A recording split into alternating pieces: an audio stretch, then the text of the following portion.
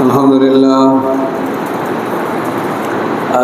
لله نحمده ونستعينه ونستغفره ونؤمن به ونتوكل عليه ونعوذ بالله من شرور أنفسنا ومن سيئات أعمالنا من يهده الله فلا مضل له ومن يضلله فلا هادي له ونشهد أن لا إله إلا الله وحده لا شريك له ونشهد أن محمدا عبده ورسوله أما بعد فإن خير الحديث كتاب الله وخير الهدى هدى محمد صلى الله عليه وسلم وشر الأمور محدثاتها وكل محدثة بدعة وكل بدعة ضلالة وكل ضلالة في النار فقد قال الله تعالى في كلامه المجيد بعد أعوذ بالله من الشيطان الرجيم يا أيها الذين آمنوا اتقوا الله حق تقاته ولا تموتن إلا وأنتم مسلمون يا أيها الناس اتقوا ربكم الذي خلقكم من نفس واحدة وخلق منها زوجها وبث منهما رجالا كثيرا ونساء واتقوا الله الذي تساءلون به والأرحام إن الله كان عليكم رقيبا يا أيها الذين آمنوا اتقوا الله وقولوا قولا سديدا يصلح لكم أعمالكم ويغفر لكم ذنوبكم ومن يطع الله ورسوله فقد فاز فوزا عظيما وقال تعالى أعوذ بالله من الشيطان الرجيم بسم الله الرحمن الرحيم قاف والقرآن المجيد بل عجبوا أن جاءهم منذر منهم فقال الكافرون هذا شيء عجيب أإذا متنا وكنا ترابا ذلك رجع بعيد قد علمنا ما تنقص الأرض منهم وعندنا كتاب حفيظ بل كذبوا بالحق لما جاءهم فهم في أمر مريج أفلم ينظروا إلى السماء فوقهم كيف بنيناها وزيناها وما لها من فروج وقال سبحانه وتعالى اقترب للناس حسابهم وهم في غفلة معرضون إنك ميت وإنهم ميتون وعن سهل بن سعد قال جاء جبريل عليه السلام إلى النبي صلى الله عليه وسلم فقال يا محمد عش ما شئت فإنك ميت واحبب من أحببت فإنك فارقه واعمل ما شئت فإنك مجزي به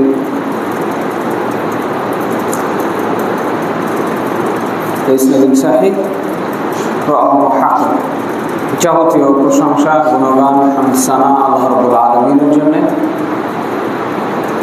যাবতীয় দুরূদ ও সালাম তার শেষ নবী প্রিয় নবী মুহাম্মদ রাসূলুল্লাহ সাল্লাল্লাহু আলাইহি ওয়াসাল্লামের জন্য সম্মানিত মসজিদের মুসল্লিবৃন্দ আল্লাহ রাব্বুল আলামিন তার প্রিয় নবী মুহাম্মদ মুস্তাফা সাল্লাল্লাহু আলাইহি ওয়াসাল্লামকে লক্ষ্য করে পবিত্র কোরআনের সূরা জুমারের 30 নম্বর আয়াতে বলছেন ইন্নাকা মাইয়িতুন ওয়া ইন্নাহুম মাইয়িতুন, নিশ্চয় আপনি মৃত্যুবরণ করবেন, তারাও মৃত্যুবরণ করবে। সাহাল ইবনে সাদ রাদিয়াল্লাহু আনহু তিনি বলছেন যে একদিন যা জিবরিল আলাইহিস সালাম ইলা নবী সাল্লাল্লাহু আলাইহি ওয়াসাল্লাম, একদিন জিবরাইল আলাইহিস সালাম আল্লাহর রাসূল আল্লাহর নবী মুহাম্মদ সাল্লাল্লাহু আলাইহি ওয়াসাল্লামের কাছে আসলেন। আসার পরে বলছেন ফাকাল ইয়া মুহাম্মদ ইশ মা শি'তা ফাইন্নাকা মাইয়িতুন, হে মুহাম্মদ সাল্লাল্লাহু আলাইহি ওয়াসাল্লাম, আপনার যতদিন ইচ্ছা হয় পৃথিবীতে বেঁচে থাকেন, কিন্তু মনে রাখবেন আপনাকে মৃত্যুবরণ করতে হবে। ওয়াহবিব মান আহবাবতা ফাইন্নাকা মুফারিকুহু, আপনার যাকে ইচ্ছা হয় আপনি মোহাব্বত করেন, ভালোবাসেন, কিন্তু আপনি জেনে রাখেন এই ভালোবাসার পাত্রকে একদিন আপনাকে ছেড়ে যাওয়া লাগবে। ওয়া'মাল মা শি'তা ফাইন্নাকা মাজজিউন বিহি, এবং আপনার যা ইচ্ছা আপনি আমল করতে পারেন, কিন্তু মনে রাখবেন আপনাকে এই আমলের প্রতিদান দেওয়া হবে। আল্লাহু আকবার, সুবহানাল্লাহি ওয়া বিহামদিহি, সুবহানাল্লাহিল আযীম। সম্মানিত মুসল্লি ভাই বোন, বিশ্ব ইতিহাসের শ্রেষ্ঠ মানুষটিকে আল্লাহ রাব্বুল আলামিন নিজে কোরআনের মাধ্যমে এবং জিবরাইল আলাইহিস সালামকে পাঠিয়ে মৃত্যুর কথা স্মরণ করিয়ে দিয়েছেন।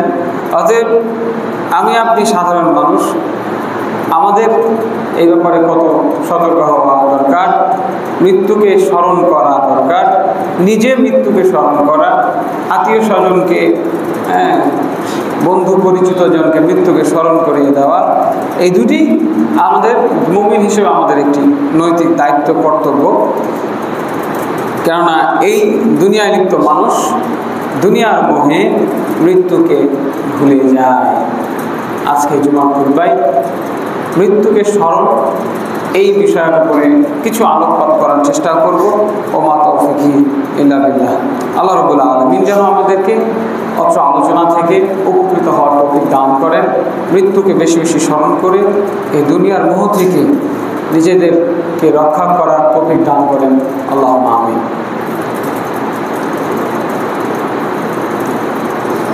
দুনিয়ার ধোঁকায় যদি মানুষ পড়ে যায়, তখনই শয়তান সুযোগ নেবে তাকে দিয়ে অন্যায় কাজ করানো, আল্লাহ বিরোধী, কোরআন বিরোধী, হাদিস বিরোধী, ওয়াহির বিধান বিরোধী কাজে মানুষ তখন নির্বিঘ্নে নির্দ্বিধায় লিপ্ত হতে পারবে।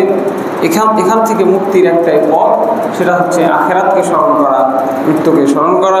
সে কারণেই রাসূলুল্লাহ সাল্লাল্লাহু আলাইহি ওয়াসাল্লাম বলেছেন আকসিরু যিকরা হাযিমিল লাজ্জাত, আকসিরু যিকরা হাযিমিল লাজ্জাত, তোমরা স্বাদ বিনষ্টকারী বস্তুকে বেশি বেশি স্মরণ করো, অর্থাৎ মৃত্যুকে বেশি বেশি স্মরণ করো। তিরমিজি হাদিস নাম্বার 2307, ইবনে মাজাহ হাদিস নাম্বার 4258। তার মানে মৃত্যুকে আমরা যত বেশি স্মরণ করতে পারবো, আমাদের দুনিয়ার মোহ তত কমে যাবে, দুনিয়ার আসক্তি তত কমে যাবে, দুনিয়ার ধোঁকা থেকে আমরা রেহাই পাবো, আল্লাহর ক্রোধ থেকে, আল্লাহর গজব থেকে আমরা রেহাই পাবো। কিন্তু হতভাগা মানুষ কি বলে জানেন? হতভাগা মানুষ বলে দুনিয়াটা মস্ত বড়, খাও দাও ফুর্তি করো, হ্যাঁ বলে না, শুনেছেন? নগদ যা পাও হাত পেতে নাও, বাকির খাতায় শূন্য থাক, শুনেছেন?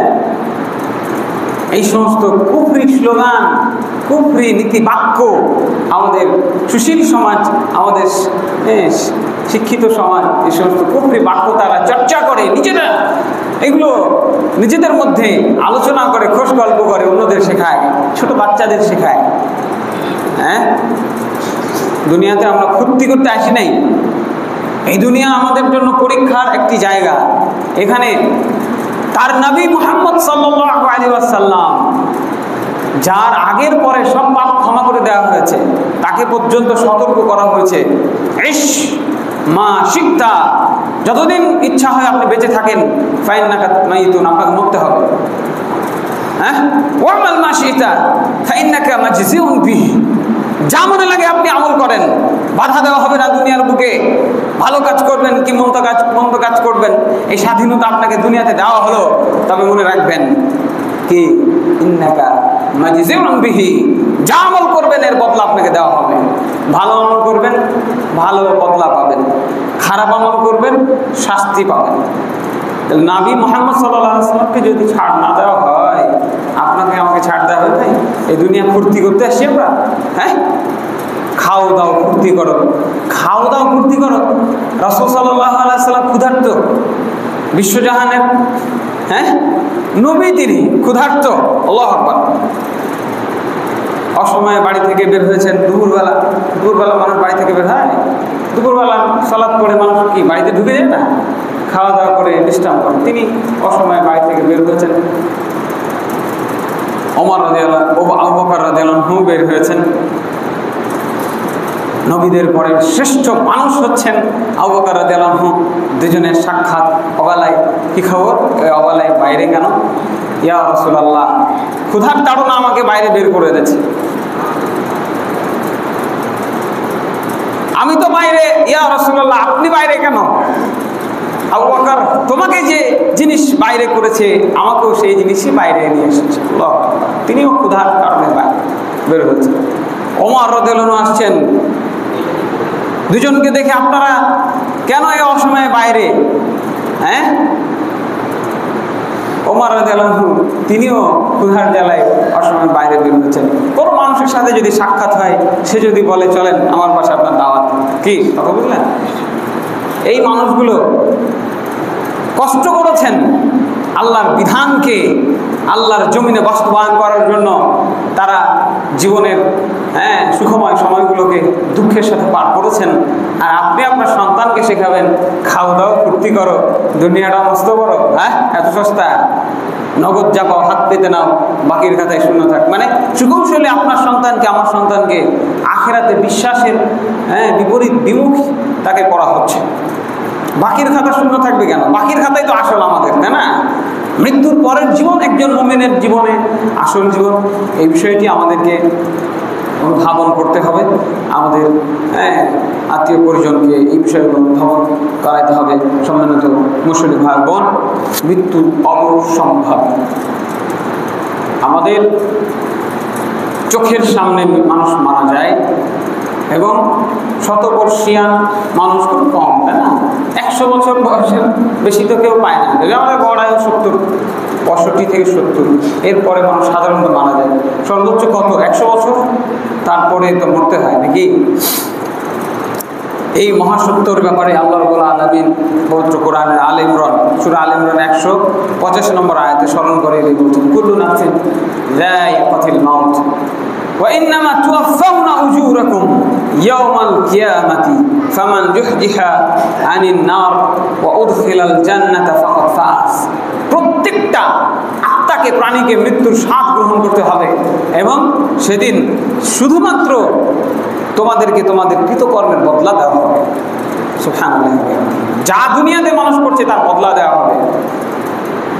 সেদিন যাকে জাহান্নাম থেকে বাঁচিয়ে জান্নাতে দেওয়া হবে সেই সকল কাজ। ওয়ামাল হায়াতুদ দুনিয়া ইল্লা মাতাউল গুরুর। এই দুনিয়ার অল্পকালের এই সময় তো ক্ষণিকের ভোগের সময় মাত্র, ধোঁকাব্যঞ্জক সময় মাত্র। হ্যাঁ, মহাসত্যবাদী আল্লাহ, সত্য তার থেকে আসে। তিনি এই সত্য সংবাদ আমাদেরকে দান করলেন। তিনি আরো বলছেন, ওমা কানা লিনাফসি আন তামুতা ইল্লা বিইজনিল্লাহি কিতাবাম মুআজ্জালা। পৃথিবীতে এমন কোনো বিচরণশীল প্রাণী নাই যার জন্য নির্ধারিত একটি মৃত্যুর সময়, নির্ধারিত স্থান নির্ধারণ করা নাই।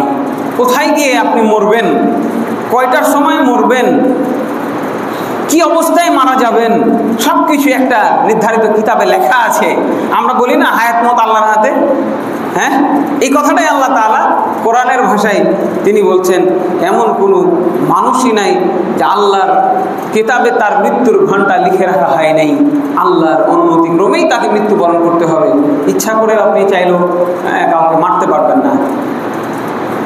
আপনি চাইলে কাউকে জীবনও দিতে পারবেন না। দেখেন না, কোটি কোটি কোটি টাকা খরচ করেও ডাক্তার ওষুধ ধরতে পারছে না। কোটি টাকার মালিক, বিশাল ক্ষমতার মালিক, কিন্তু চোখের সামনে কোলের শিশু মরে যাচ্ছে, তার কিছু করার নাই। এগুলো আমরা দেখছি চোখের সামনে। আবার মানুষ 10 তলা বিল্ডিং থেকে পড়ে গিয়ে দিব্যি বেঁচে আছে, হচ্ছে না? এই জন্য আমরা বলতে পারি নির্দ্বিধায় যে আমাদের মৃত্যুর ঘণ্টা যখন বাজবে আমাদের মৃত্যু সেই সময় হবে। আল্লাহ রাব্বুল আলামিন আরো বলেছেন, ওমা তাদরি নাফসুম মাযা তাকসিবু গাদ ওমা তাদরি নাফসুম বিআইয়ি আরদিন তামুত ইন্নাল্লাহা আলিমুন খাবীর। কোন মানুষ বলতে পারবে না আগামী কালকে সে কি উপার্জন করবে। সকালবেলা আপনি ব্যাগ ঘাড়ে করে বাজারে গেলেন, বাজার থেকে যে আপনি বাজার করে নিয়ে বাসায় ঢুকতে পারবেন গ্যারান্টি আছে? নাই। দম্ভ দেখায় লাভ নেই ভাই। কালকে আপনি কি উপার্জন করবেন এটি কোনো মানুষ বলতে পারে না। কোনো মানুষ জানে না কোন ভূখণ্ডে গিয়ে তার মৃত্যু হবে। আমরা অনেক সময় মানুষ মারা গেলে কি করি? বিলাপ করি। মায়েরা বেশি এই কাজটা করে থাকেন। কত করে কহিনু অমুক জায়গায় যাইস না, তাও গেল দিয়ে মরে গেল। মানে আল্লাহর বিধান, আল্লাহর ফাইসালা যেন আমরা মেনে নিতেই পারি না। আমরা সহজে যদি এইটা চিন্তা করতাম যে তার মৃত্যু ছিল বলেই তাকে আল্লাহ সে জায়গায় নিয়ে গেছে, নাকি?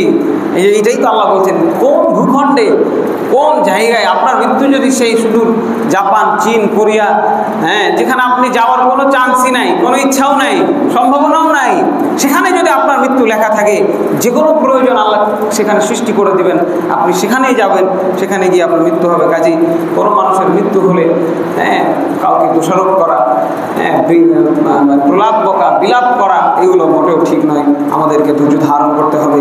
ইন্নাল্লাহা আলিমুন খাবীর। আল্লাহ রাব্বুল আলামিন সব বিষয়ে খবর রাখেন। আল্লাহ তাআলা আরো বলেন, ফাইযা জাআ আজালুহুম লা ইস্তাখিরুনা সাআতান ওয়া লা ইস্তাকদিমুন। কোনো মানুষ যখন তার নির্ধারিত সময়কাল চলে আসবে, এক সেকেন্ড আগেও সে আগাইতে পারবে না, 1 সেকেন্ড পিছনেও সে পেছাইতে পারবে না।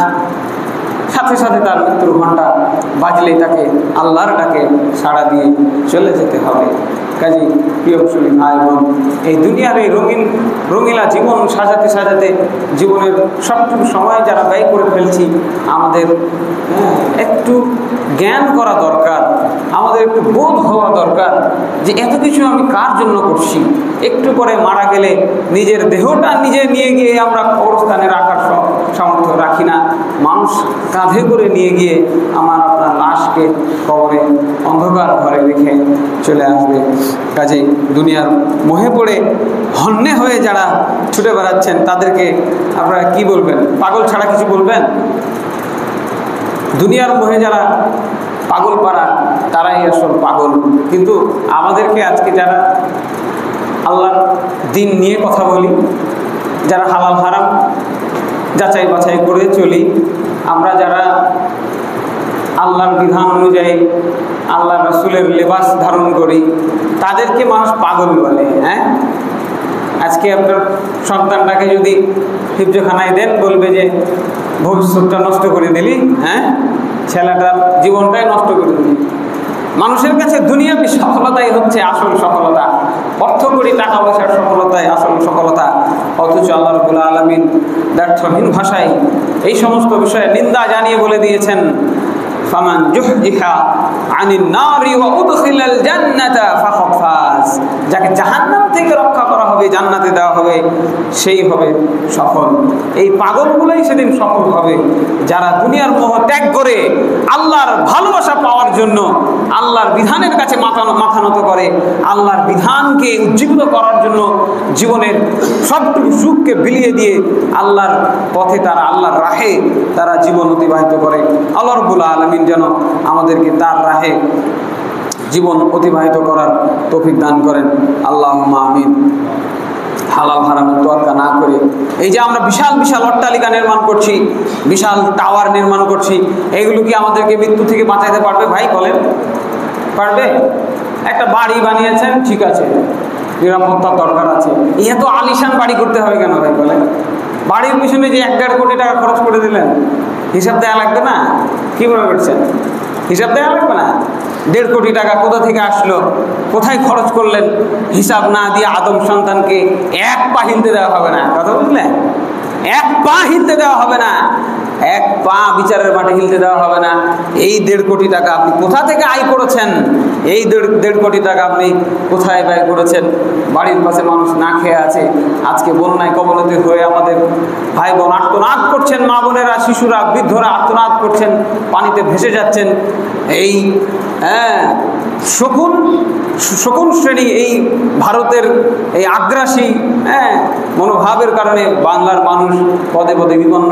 আজকে তারা সময়ে পানি দেয় না, শুকায় মারে, আর অসময়ে বৃষ্টির সময় পানি ছেড়ে দিয়ে বাংলার মানুষকে ডুবিয়ে মারে। এই জালেমদের শাস্তি আল্লাহ দুনিয়াতে দিবেন, আমরা আশা রাখি।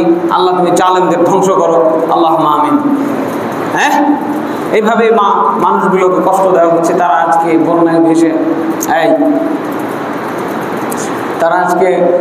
বন্যায় ভেসে যাচ্ছে, তাদের একটু থাকার জায়গা, একটু আশ্রয় না, এগুলো দেখা যায় না। আসলে এত কষ্ট তারা পাচ্ছে। আর আমি আপনি ভোগবিলাসী জীবনযাপন করছি, সেখানে 2 টাকা যে দিব সেই বোধ সেই সময় আমার হয় না।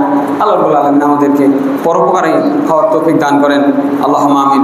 তো এই যে ভোগবিলাসী মনোভাব নিয়ে এই যে আপনি বিশাল সুউচ্চ অট্টালিকা বানিয়েছেন, এই যে আপনি শততলা টাওয়ার বানিয়েছেন, এই সমস্ত জিনিসকে ধিক্কার জানিয়ে, এগুলোকে ঘেন্না জানিয়ে আল্লাহ রাব্বুল আলামিন কি বলছেন শুনে নেন। আইনামা তাকুনু ইউদরিকুকুমুল মাউত ওয়ালাউ কুনতুম ফি বুরুজিম মুশাইয়াদা। তোমরা যেখানেই থাকো না কেন, মৃত্যু তোমাদেরকে পাকড়াও করবেই করবে, যদিও তোমরা বিশাল শক্তিশালী অট্টালিকা দুর্গের মধ্যে অবস্থান করো না কেন। লোহা দিয়ে খাঁচা বানান, ঘর বানান, আজরাইল সেখানেও যাবে। কথা বললেন?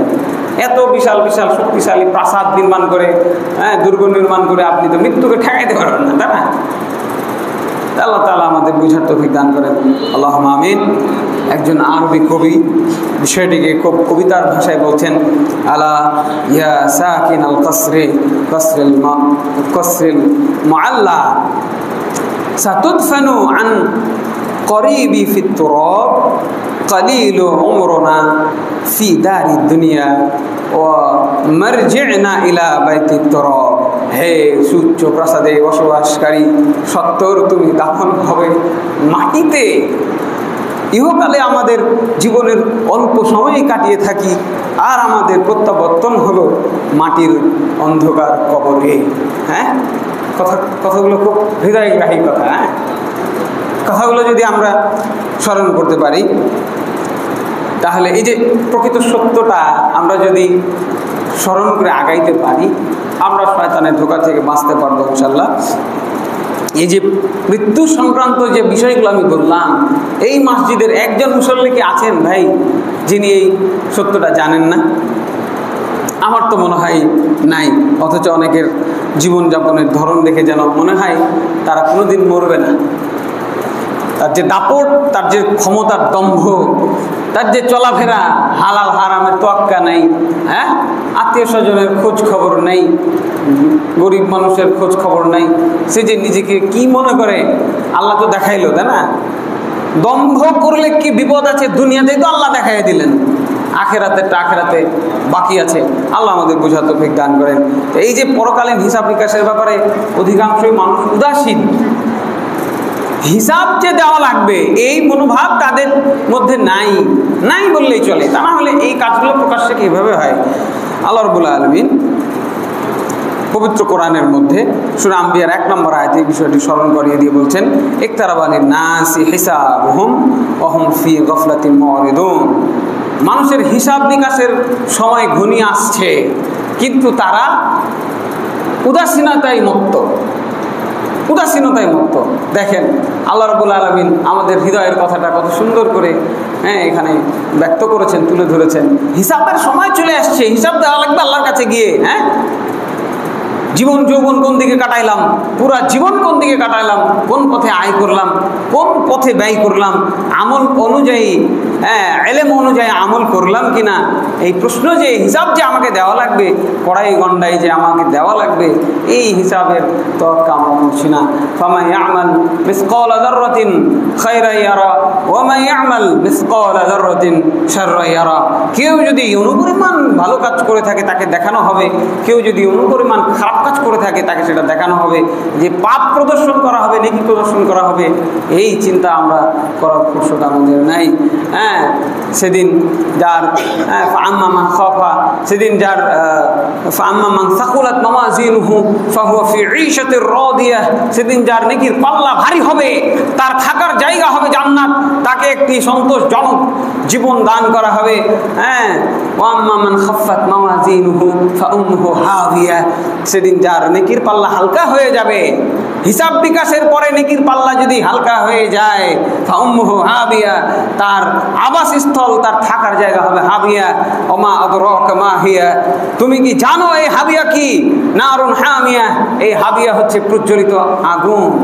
এই আগুনের মধ্যে আমাদের যাইতে হইতে পারে, আমরা এই গ্যারান্টি কি দিতে পারবো যে আমি সেখানে মুক্ত হইতে পারবো? আমি কাউকে মুক্ত করতে পারবো? আমার অর্থ সম্পদ কিছু কারো উপকার করতে পারবে? মা আগ্নি মা ইউগনি আন্নি মালিয়া হালাকা আন্নি সুলতানিয়া। আমার সম্পদ আমার কোনো কাজে আসলো না, আমার ক্ষমতা আমার কোনো কাজে আসলো না, আমার ক্ষমতা ছিনিয়ে নেওয়া হলো। আফসোস করে ক্ষমতাশীলরা, অর্থশালীরা এই কথাগুলো বলবে। কোরআন থেকে বলছি, খুদুহু ফাগুল্লুহু সুম্মাল জাহিমা সাল্লুহু, ধরো ওকে বেড়ি বাঁধাও, হ্যান্ডকাপ লাগাও, তারপরে জাহান্নামে নিক্ষেপ করো। সুম্মাল জাহিমা সাল্লুহু, জাহান্নামে তাকে নিক্ষেপ করো। সুম্মা ফি সিলসিলাতিন সাবউনা যিরাআন ফাসলুকুহু, সেখানে ফেলে দেওয়ার পরে আবার 70 হাত লম্বা শিকল দিয়ে তাকে আবার শক্ত করে বাঁধো। এগুলো কি স্মরণ করতে হবে না আমাদের? মৃত্যুর পরের জীবনকে আমাদেরকে স্মরণ করতে হবে। আমরা যে কোনো মুহূর্তে আমাদের উপরে বিপদ আসতে পারে। আজকে ফেনীর মানুষগুলো বিপদে, তারা কি রাতারাতি এই বিপদে পড়বে কখনো ভেবেছিল? বলেন, ভাবলে 40 বছরে গবেষকগণ বলছেন যে গত 40 বছরে এই ধরনের ভয়াবহ বন্যা সেখানে হয় নাই। আমাদের 98 সালে এখানে বন্যা হয়েছিল না, অনেকেই যারা বয়স্ক মানুষ আছেন, কি ভোগান্তি! তো এটা তো সাধারণ, হয়তো আপনার বাড়ির উপরে 1 হাঁটু পানি উঠেছিল, সেখানে পুরো গ্রাম না, এখন আজকের লাস্ট যে খবর পেলাম পুরো জেলা 3 ভাগের 2 ভাগ ডুবে গেছে। আল্লাহু আকবার, লা হাওলা ওয়ালা কুওয়াতা ইল্লা বিল্লাহ। আল্লাহ তাদের হেফাজত করেন, আল্লাহুম্মা আমিন। আল্লাহ তাদের উপর রহম করেন, আল্লাহুম্মা আমিন। তাদেরকে বিপদে ধৈর্য ধারণ করার তৌফিক দান করেন, আল্লাহুম্মা আমিন। এবং দ্রুত এই পানি নিষ্কাশনের ব্যবস্থা আল্লাহ করে দেন, আল্লাহুম্মা আমিন। কোনো মানুষের বুদ্ধি হারিয়ে গেছে, কথা বলছেন, বুদ্ধি আর কাজ করে না যে এখন কি করণীয়। কাজেই বেশি বেশি আল্লাহকে স্মরণ করতে হবে, আল্লাহর কাছে ফিরে যাওয়ার কথাটা আমাদেরকে স্মরণ করতে হবে, মৃত্যুর পরের জীবনকে স্মরণ করতে হবে, কবরের জীবনকে আমাদের স্মরণ করতে হবে। আবু হুরায়রা রাদিয়াল্লাহু আনহু বলেন, রাসূল সাল্লাল্লাহু আলাইহি সাল্লাম বলেছেন, মাইয়াতকে যখন কবরে রাখা হয় তখন তার কাছে প্রথমে কি তাকে প্রশ্ন করা হবে, 3টা প্রশ্ন। আমরা তো মনে করি যে স্কুল কলেজে যে পরীক্ষা দিয়েছি তো দুনিয়াতে প্রশ্ন মুখস্থ করে যাব, কবরে গিয়ে সহজ উত্তর দিয়ে দেবো। মা দিনুকা, মান রব্বুকা, অমা দিনুকা, অমান নবিউকা। 3টা প্রশ্নের সহজ সহজ উত্তর। আমার দিন ইসলাম, আমার রব আল্লাহ, আমার দিন ইসলাম, আমার নবী মুহাম্মদ। কি সহজ না? সেখানে নীলচক্ষু বিশিষ্ট ফেরেশতাকে যখন পাঠানো হবে, একজন মুনকার আর একজন নাকির, ও চক্ষু দেখে ভয়ে আপনি আতঙ্কে যদি দিনদার নেককার না হন, ভয়ে সব ভুলে যাবেন। কথা বলেন, হা হা লা আদ্রি, হা হা লা আদ্রি, হায় হায় আমি কিছুই জানি না, হায় হায় আমি কিছুই জানি না। এমন পেটনি তারা দিবে সেখানে, এমন পেটনি দিবে, কানে শুনে না, চোখে দেখে না। কথা বুঝেননি? আপনি যে ছটফট করছেন দেখতে পাবে না, চিৎকার করছেন শুনতে পাবে না। এমন জোরে মার দিবে যে মায়ের প্রথম মায়ের যত জোরে 100তম ব্যাতের আঘাতটাও, মুখদরের আঘাতটাও তত জোরে হবে, ক্লান্তি তাদের আসবে না। আলাইহা মালাইকাতুন গিলাজুন শিদাদুন লা ইয়াসুনাল্লাহা মা আমারাহুম। সেখানে এমন সব ফেরেশতাকে নিযুক্ত করা হয়েছে, আল্লাহ তাআলা বলছেন, যাদের অন্তর হবে কঠিন, তাদের অন্তরে কোনো দয়া থাকবে না, এবং আল্লাহ যে আদেশ করেছেন মারো ওকে, মারতে গিয়ে আল্লাহর অবাধ্য হবে না। আপনি মানুষকে মারতে গেলে মায়া কাজ করে না, তাদের কোনো মায়া নাই। যা বলেছেন আল্লাহ, জয়টা মারতে বলেছেন তয়টাই মারবে। তা নীলচক্ষু বিশিষ্ট ফেরেশতা আল্লাহ রাসূল সাল্লাল্লাহু আলাইহি সাল্লামকে দেখিয়ে বলবেন, তুমি এই ব্যক্তি সম্পর্কে দুনিয়াতে কি বলতে? হ্যাঁ, তখন নেককার বান্দা হলে উত্তর দিতে পারবে যে ইনি হচ্ছেন আমাদের প্রিয় নবী মুহাম্মদুর রাসূলুল্লাহ সাল্লাল্লাহু আলাইহি ওয়াসাল্লাম, তিনি আল্লাহর বান্দা এবং রাসূল ছিলেন। আর বদকার যদি হয় তাহলে সে কি উত্তর দিতে পারবে? উত্তর দিতে পারবে না। তো দুনিয়াতে কিভাবে তুমি এই প্রশ্নের উত্তর দিতে পারছো, তাকে ফেরেশতারা প্রশ্ন করবে। তো তখন সে বলবে, করাতু কিতাব আল্লাহ, আমি আল্লাহর কিতাব পড়েছি। আজকে হতভাগা মুসলমান আল্লাহর কালামকে, কিতাবকে ঘরে তুলে রেখেছে, পড়ার সময় সুযোগ হয় না, অথচ আখিরাতের প্রথম মঞ্জিল কবরের মধ্যেই তাকে এই প্রশ্নটির সম্মুখীন হতে হবে। হ্যাঁ, আল্লাহর কিতাব পড়েছিলাম বিধায় আজকে এই উত্তরগুলো আমি দিতে পারছি। এরপরে যাই হোক, তাকে ঘুম পাড়িয়ে দেওয়া হবে। ঘুমাও তুমি এখন। সে বলবে, আমার আত্মীয় স্বজন পরিবার পরিজনের কাছে আমি যেতে চাই। তারা বলবে, তুমি এখন একটু ঘুমাও, এমন ঘুমাও যাকে কেউ জাগায় না। হ্যাঁ, বাসর রাতের বরের মতো, তার প্রিয়তমা স্ত্রী ছাড়া কেউ তাকে আর জাগায় না। এইভাবে তাকে ঘুম পাড়িয়ে দেওয়া হবে। এরপরে হঠাৎ তার ঘুম ভেঙে সূর্যাস্ত হতে দেখে সে বলবে, ছাড়ো আমাকে, আমি নামাজ পড়তে চাই। আল্লাহু আকবার, সুবহানাল্লাহ। হ্যাঁ, মরার পরেও এই যে তার নামাজের প্রতি যে তার পাবন্ধি, নামাজের প্রতি তার মোহাব্বত, সেখানে কবরের মধ্যে আছে কি দুনিয়াতে আছে তার তোয়াক্কা নেই। আমাকে ছাড়ো, আমি নামাজ পড়তে চাই। সূর্য ডুবে যাচ্ছে, কিভাবে আমরা জীবন্ত, আমরা তো এই কবরের সাহিত্য লাশের থেকে নিকৃষ্ট হয়ে গেছি আজকে। হ্যাঁ, সবল সুস্থ মানুষ আমরা নামাজ পড়ি না, শুধু জুমার দিনে আসি। কি ভাই, জুমার দিনে নামাজ পড়তে আসলে মুসলমান থাকা যায়?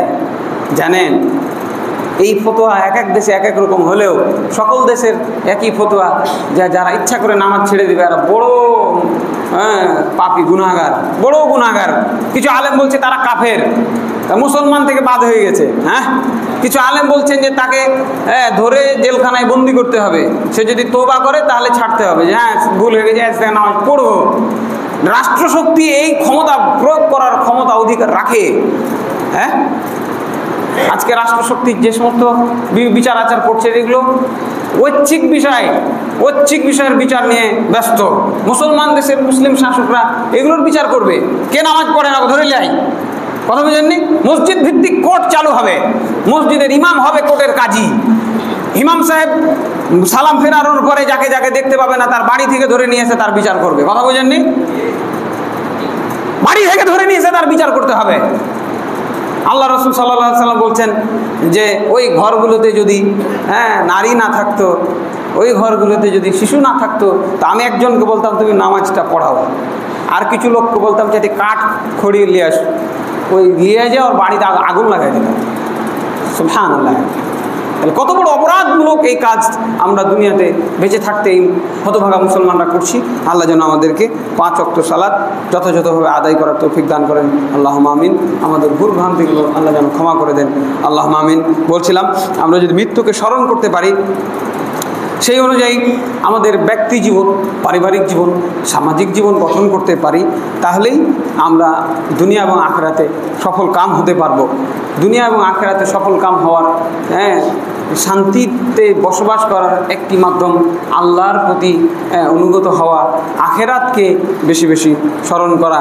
প্রকৃত ব্যক্তি যিনি আল্লাহকে চিনেন, যিনি জ্ঞানী, প্রকৃত জ্ঞানী, তিনি অবশ্যই বেশি বেশি মৃত্যুকে স্মরণ করবেন। শুরুতে বললাম, আল্লাহ রাসূল সাল্লাল্লাহু আলাইহি সাল্লাম বারবার করে তাকিদ দিয়ে বলে গেছেন, আকসিরু যিকরু হাজিমিল লাজ্জাত। তোমরা এই বেশি বেশি মৃত্যুকে স্মরণ করবে, সাত বিনষ্টকারী বস্তুকে স্মরণ করবে। এত রং তামাশা করতে আর ইচ্ছা হবে না, মরেই তো যাবো, এত কি করে কি লাভ, বুঝেননি? মানুষের সাথে এত ঝামেলায় জড়ানোর কি দরকার, মরেই তো যাব। ঠিক আছে না? এই মৃত্যুকে আল্লাহর রাসূলকে পর্যন্ত আল্লাহ নিজে বলছেন ইন্নাকা মাইয়াতুন ওয়া ইন্নাহুম মাইয়াতুন, তুমিও মরবে, তোমার অনুসারী, তোমার আশপাশে যত মানুষ আছে সবাই মরে যাবে। যদিও আমাদের দেশে এই নিয়ে একটা বিতর্ক রয়েছে, আল্লাহ রাসূল সাল্লাল্লাহু আলাইহি ওয়াসাল্লাম মরেন নাই, কোরআন বলছে আপনি মরবেন, আপনার সাথে যারা আছে সবাই মরবে। হ্যাঁ, অনেকে বলে ফেলছেন আল্লাহর নবী মরেন নেই। এত অতি ভক্তির দরকার নেই ভাই, কথা বুঝেছেন? এত অতি ভক্তির দরকার নেই। লা তাতরুনি, আমাকে নিয়ে তোমরা বাড়াবাড়ি করবা না। কামা তাতরাতিল ইয়াহুদু ওয়ান নাসারা, যেভাবে ইহুদি নাসারা বাড়াবাড়ি করতো, হ্যাঁ, ঈসা ইবনে মারইয়ামকে নিয়ে, ওই রকম না, এগুলো করা ঠিক না। অনেকে আল্লাহ রাসূলের কবর নিয়ে নানা রকমের কথাবার্তা বলে থাকেন। মানুষ, তিনি মানুষ ছিলেন। ইন্নামা আনা বাশারুম মিসলুকুম ইউহা ইলাইয়া, আমি তোমাদের মতো মানুষ, পার্থক্য আমার কাছে ওহী আসে, তোমাদের কাছে আসে না। কথা বুঝেন নাই? তিনি আপনার আমার মতো মানুষ, হাটে বাজারে যাইতেন, খাওয়া দাওয়া করতেন, স্ত্রীর সহবাস করতেন, সব করতেন। স্পেশাল চিক কোথায়? তিনি আল্লাহর রাসূল, আর আমরা সাধারণ মানুষ। তার মর্যাদা সাধারণ জনগণের উপরে ওই রকম লক্ষ তারার মাঝে চাঁদের মর্যাদা যেমন। সুবহানাল্লাহ, কথা বুঝেছেন? এইটা মর্যাদা।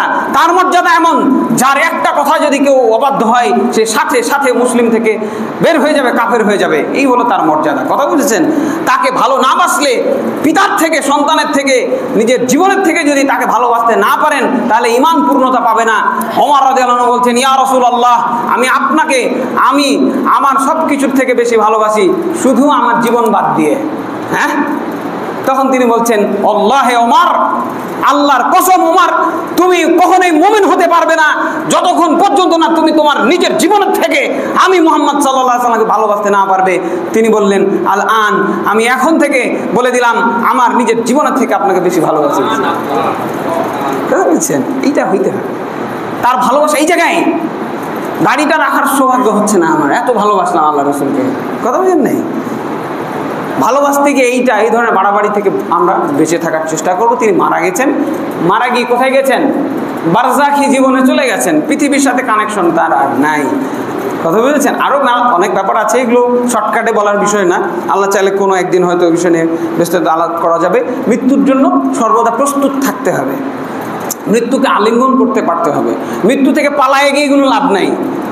হ্যাঁ, তাফিরুনা মিনহু ফাইন্নাহু মুলাকিকুম, বলে দেন যে তোমরা পালায়ে বেড়াচ্ছ, মৃত্যু তোমাদের ধরবেই ধরবে।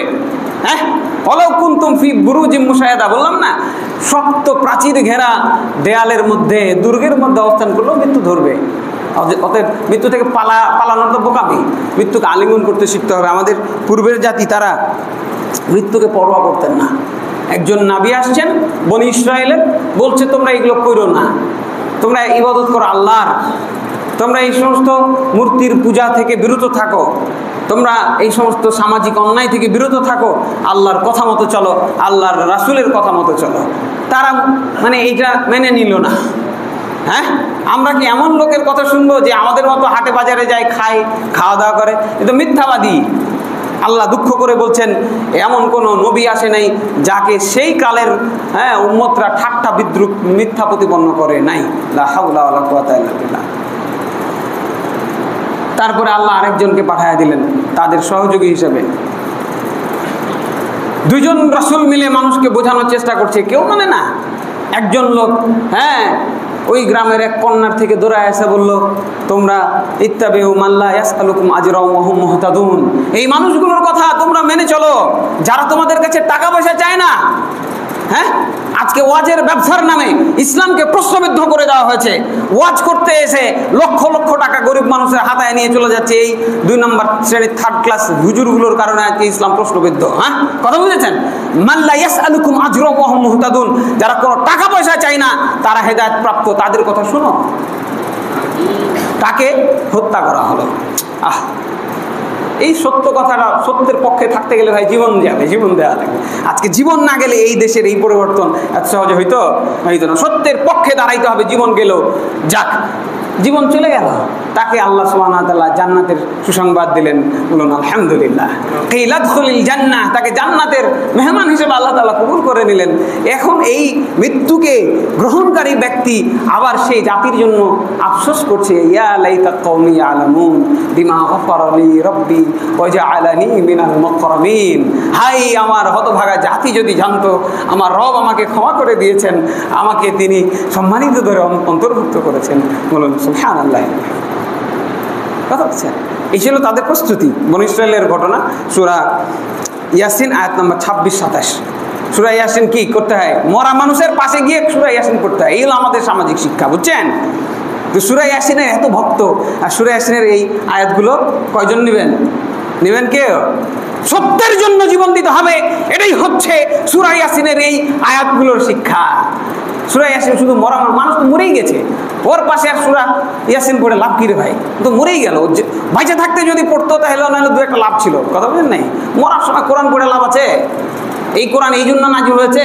আল্লাহ রাসূল যখন মারা যায় তার সামনে কোরআন পড়া হইতো। যখন আবু বকর মারা যায়, ওমর, ওসমান, আলী মারা যায়, তাদের সামনে গিয়ে কোন হুজুর কয় পারা কোরআন পড়েছে প্রমাণ দিয়ে যেতে হবে আজকে এখানে। কয় পারা? কথা বলেন নাই? মারা গেছে, মারা যাবে। যদি ঈমান নিয়ে মারা যায় সে বাঁচবে, যদি ঈমান হারা হয়ে মারা যায় যত বড় হুজুর হোক না কেন, আপনি কাবা ঘরের নিচে গিয়ে যদি তার সমাধি স্থাপন করেন, কবর দিয়ে দেন, কোনো লাভ হবে না, লাভ হবে না। কবর পাকা করে দিয়ে শান, কোনো লাভ হবে না। তাই তো কবি বলেছেন, মসজিদের পাশে আমার কবর দিও ভাই। জাহেল কবি, এই জাহেল কবি বলেছে মসজিদের পাশে আমায় কবর দিও ভাই। মসজিদের পাশে কবর দিয়ে আজান শুনে লাভ আছে মিয়া? দুনিয়াতে যদি আমি আপনি আজান শুনে বাড়িতে বসে থাকি, এই বাড়িতে বসে থাকতে থাকতে মসজিদের পাশে কবর দিয়ে আজান শুনবো আমি? না, লাভ নাই। মরার পরে শুধু আমার আপনার দুনিয়ার করে যাওয়া রেখে যাওয়া আমলগুলোই যাবে। কাজেই এই যে তোর একটা মসজিদ কেন উপরে আছে, এই মসজিদের কাজগুলো করে যান। এই মসজিদে আজান আপনাকে আল্লাহ কবরে যায় শোনায় দিবেন ইনশাআল্লাহ। আপনাকে এই মসজিদের নেকি আপনার কবরে আল্লাহ পৌঁছায় দিবেন ইনশাআল্লাহ। ঠিক আছে? এই জন্য এখানে একটা হিফজখানা করেন, দ্রুত করেন, দেরি করছেন কেন? একটা হাফেজ তৈরি করেন, এত দরকার নেই। সেই হাফেজ যতকাল কোরআন পড়বে ততকাল নাকি আপনার আমলনামায় যাইতে থাকবে। এই নিয়তে কাজ করবেন। আল্লাহ রাব্বুল আলামিন আমাদের সেই সুবোধ দান করেন, আল্লাহুম্মা আমিন। ফিরআউন জাদুকরদেরকে তাদের অধ্যত্ত, ফেরাউন অধ্যত্ত করছে। জাদুকররা বলছে, দেখেন মুসা আলাইহিস সালাম তো ঠিকই বলছে, আমরা ঈমান আনলাম। মুসা আলাইহিস সালাম সত্যবাদী, তিনি নবী, এগুলো বাদ দেন। তো সে এত রাগারে গেছে যে তোদের সব কটাকে হত্যা করবো আমি। ফেরাউন এত তার প্রতাপ ছিল। তারা কি বলল? তারা ভয় না পেয়ে বলছেন, লা দায়রা ইন্না ইলা রব্বিনা মুনকালিবুন।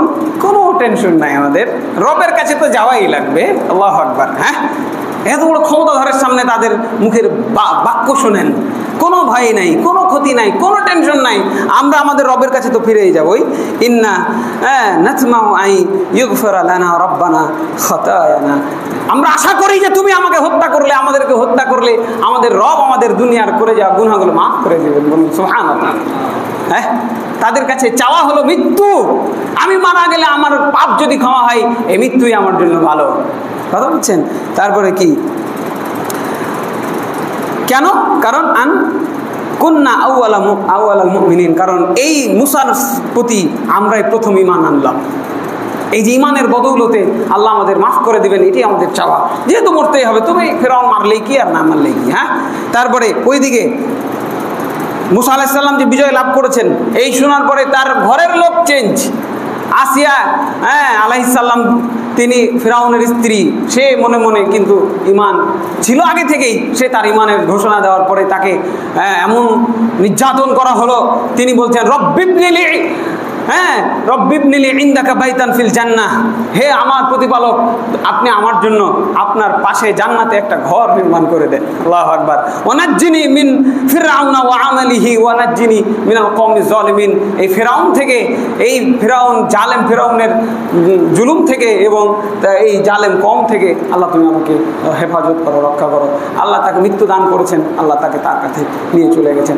কিন্তু কখনোই কোনো মানুষ, এরা যারা ঈমান দীপ্ত মানুষ ছিলেন, তারা কখনো এই সমস্ত বাতিলের সামনে নিজেকে অবনমিত করে নাই, তারা জুলুমের সামনে কখনোই মাথা নত করে নাই। আমাদেরকেও এই কোরআন থেকে কোরআনের আয়াতগুলো থেকে এই শিক্ষা গ্রহণ করতে হবে। পরিশেষে আবারও আমি সবাইকে মৃত্যুকে বেশি বেশি স্মরণ করার জন্য অনুরোধ করতে চাই। এবং আপনারা শুনেছেন তো, সোশ্যাল মিডিয়ায় দেখেছেন যে আল্লাহ তাআলা পরীক্ষা নিচ্ছেন আমাদের ফেনী জেলা এবং তার আশপাশে প্রায় 12-13টা জেলায় এখন বিপন্ন, রাস্তাঘাট ডুবে গেছে। কি একটা মানে মর্মান্তিক দৃশ্য। সেখানে মসজিদগুলোতে ঘোষণা করা হচ্ছে যে আপনারা সবাইকে ক্ষমা করে দেন, আর হয়তো দেখা সাক্ষাৎ নাও হইতে পারে। বাড়ির একতলা পর্যন্ত সব একতলা বাড়িগুলো সবগুলো ডুবে গেছে। দোতলায় কোনো রকমভাবে কিছু মানুষ আশ্রয় নিয়ে আছে, সেখানে গবাদি পশুগুলো সব ভেসে একাকার অবস্থা। জানি না তাদের এই বিপদ কখন যাবে, আল্লাহ কখন তাদের বিপদ থেকে উদ্ধার করে। আমরা সবাই অন্তত এখান থেকে তাদের জন্য অন্তত দোয়া করতে পারি, আল্লাহ যেন আমাদের ভাই বোনদেরকে হেফাজত করেন, আল্লাহুম্মা আমিন। এবং আপনাদের যাদের সামর্থ্য আছে, জয় টাকা দেখেন, আপনার এখানে যদি যে কয়জন মানুষ আছেন 100 টাকা করে দিলে অনেক টাকা হবে না? প্রত্যেকটা মসজিদে আমি আশা করছি আজকে এই ধরনের একটা উদ্যোগ নেওয়া উচিত ছিল এবং নিয়েছেও। আমি আশা করি এখানেও উদ্যোগ নেওয়া হয়েছে আলহামদুলিল্লাহ। সালাতের পরে, নামাজের পরে আমাদের ঘোষণা আসবে, প্রত্যেক কাতারে একজন করে দাঁড়ায় যাবেন, কিছু টাকা আমরা এখান থেকে পাঠানোর ব্যবস্থা করব, যার যতটুকু সাধ্য আছে। আল্লাহ রাসূল সাল্লাল্লাহু আলাইহি সাল্লাম বলেছেন, ওয়াল্লাহু ফি আউনিল আবদি মা কানাল আবদু ফি আউনি আখি। একজন বান্দাকে আল্লাহ ততক্ষণ সাহায্য করতে থাকে যতক্ষণ ওই বান্দা অন্য কোনো ভাইকে সাহায্য করতে থাকে। সুবহানাল্লাহ। কাজেই একজন ভাই আমার বিপদে আছে, এই জায়গা থেকে আমরা তাদের সহযোগিতা করার চেষ্টা করি। আল্লাহ যেন আমাদেরকে এই বিপদ দেখে শিক্ষা লওয়ার তৌফিক দান করেন, আল্লাহুম্মা আমিন। এবং উদ্ধত জীবন থেকে ফিরে এসে আল্লাহ অভিমুখী হয়ে আল্লাহর দাসত্বে মনোনিবেশ করার তৌফিক দান করেন, আল্লাহুম্মা আমিন। ওয়া আকুলু কওলি হাযা ওয়া আস্তাগফিরুল্লাহ লি ওয়া লাকুম ওয়া লিসাইরিল মুসলিমিন ফাস্তাগফিরুহু ইন্নাহু হুয়াল গফুরুর রহিম।